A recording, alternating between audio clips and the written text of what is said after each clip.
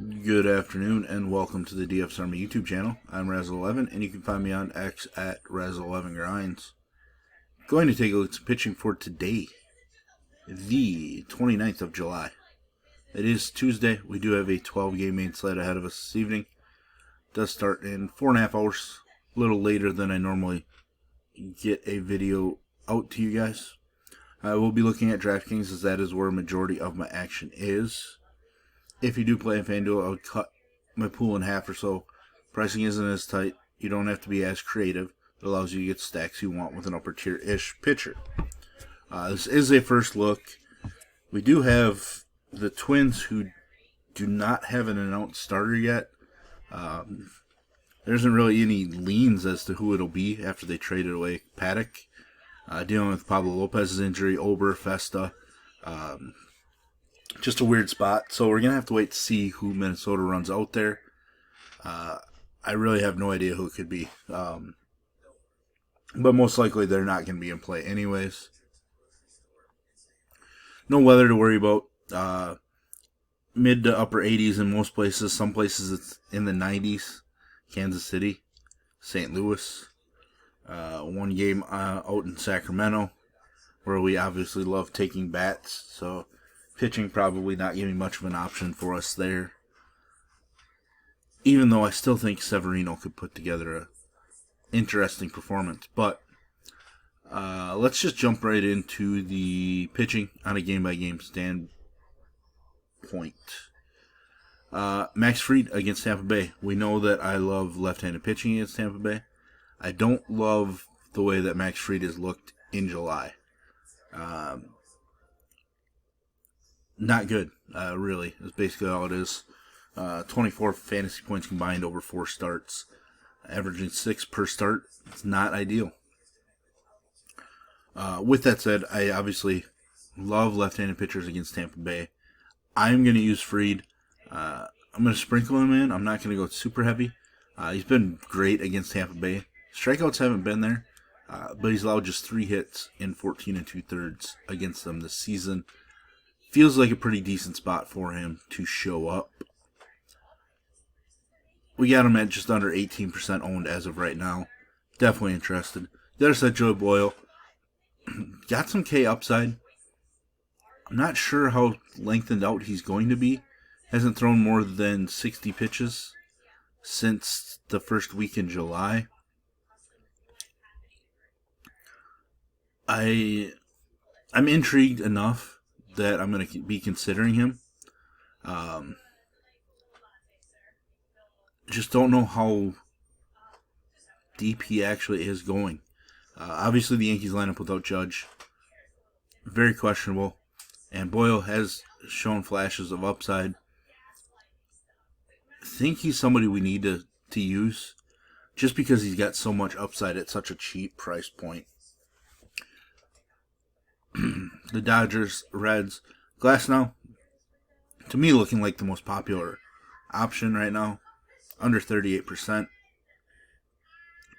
Coming off of an elite start against the Twins, showing us the type of upside he offers. Tough ballpark for pitchers, but still plenty of strikeouts in that Cincinnati lineup. I have no arguments with Glasnow being the most popular. Pretty fair price, too. Nick Lodolo coming off of his best career start. Unfortunately, it was a complete game shutout, and those that have talked to me over the years know that I hate seeing guys have career performances just because I think that inflates ownership potentially the next time out, but most likely there's a little bit of a hangover from something like that. Just don't love complete games at this point, just because they're pitchers' arms and bodies just not used to, getting up, getting loose, sitting down, getting back up again, 9 times in a night. I might actually go with the fade, which feels weird, just because, the Dodgers are dangerous, but they can strike out plenty. Chase Burns had no problem picking up strikeouts last night, but I think I might end up passing on Lodolo, and it sucks because I'm sure most of you who listen to my content for years know that I am actually a Lodolo fan. I have plenty of exposure to him in best balls. So for me, it might be a little bit of a hedge by fading him DFS-wise. But I just don't feel great about the come back down to earth after that elite start. Brewers Cubs. I don't think I'm going with pitchers in this game. Quinn Priester's looked really good for much of the season with the Brewers. His 2 double-digit strikeout performances over his last 5 starts. But the Cubs lit him up the one time he faced them. I'm just not interested in pitching in this ballgame. Colin Ray, not really somebody I want to rely on. Can certainly have decent starts. He had back-to-back solid starts against St. Louis and Minnesota.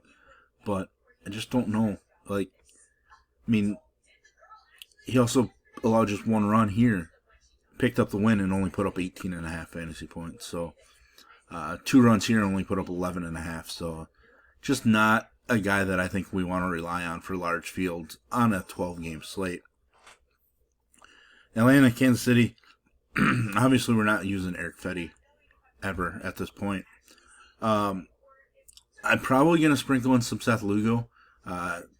Sounded like there was a chance he was going to get traded, and then all of a sudden Kansas City signed him to a 2-year extension. He's been at his best when at home, even though his K numbers take a hit at home. I think it's more he pitches to that ballpark. It's great hitting weather, though. It's tough for me to get there, but I think I want to sprinkle in some Lugo, just because he has the type of ability. And we know that Atlanta's offense can just go ice cold. Sub 3% projected ownership right now. Easy to get 8 to 10%, be over the field, and not be overexposed. Philly and the White Sox. Jonathan Cannon probably not going to make my pool. I know Philly can obviously strike out, but they can hit a bunch of home runs. 14 home runs allowed on the season. It's not terrible. Other side, Luzardo. Man, he's all over the place. The White Sox have been scoring some runs recently, but Luzardo's just got so much upside that I want to consider. I pretty much have to use him, but I am worried. The 27% projected ownership does worry me a little bit. Popular Luzardo, with the way that he's thrown the ball in July, is a bit worrisome. But he's had a couple rough starts in a row. Probably a decent spot for a bounce back. He's done it a couple times this season where he's had 2 rougher fantasy starts in a row and then bounced back with solid performances. So maybe we see a bounce back here, but it's one that I don't feel comfortable at 30+%, I don't think. So it might be somebody that I want to go underweight on slightly, but he's definitely somebody I want to utilize just because his upside's so strong. Boston, Minnesota. We know Minnesota doesn't have a scheduled starter yet. Giolito, a guy that's kind of all over the place. He's at his best when he's on the road, which is where he's at this evening. Can give up home runs, so that is a worry. Give up 4 of them to Philly last time out. But we saw end of June, early July, really strong stretch here that I think comes into play because Minnesota could be without Buxton again. Giolito, 7,800. Pretty solid price point for some upside tonight. Miami, St. Louis, I think Sonny Gray's certainly in play. Miami hasn't been striking out as much, I don't think. Sonny Gray hasn't looked great since the end of June, since he had a complete game shutout, ironically, as I was talking about earlier. He's made 5 starts since then and has around 45 fantasy points in those 5 starts. So as you can see, he's had some struggles, but he is pitching at home where he has been stronger from a fantasy perspective. So I think we have to go to Sonny Gray this evening. Alcantara, you guys pay attention. Obviously could get dealt any minute. A lot of rumors have Edward Cabrera now the most likely Marlin pitcher to be dealt, but Alcantara looks solid against San Diego last time out. There's a lot of ability, but St. Louis doesn't strike out all that much. I don't think I'm going to get to Alcantara at this point. I think I'm just going to play Sonny Gray from that game. Washington, Houston, I have no interest in Jason Alexander. He's kind of a journeyman fill-in guy. Even though Washington has struggled a bit recently, I'm just not going to play Alexander. Soroka is somebody who's interesting to me because I think he has the kind of stuff that could frustrate a weakened Houston lineup, thanks to all their injuries. I want to dig into some of his splits and everything, because I do expect the lineup to be pretty right-hand heavy. But Soroka is somebody I'm very much considering right now. I won't lock him into my pool, but I'm going to try to find a way to include him. Texas and the Angels. Both pitchers certainly in play. Kikuchi coming off of a rough start. Hasn't been super sharp the last handful. Has had some big performances this season. Has faced Texas twice. Averaging 13.5 fantasy points. The one bad performance, and then he had a really solid performance against them earlier. He is better when he's at home, where he's at this evening.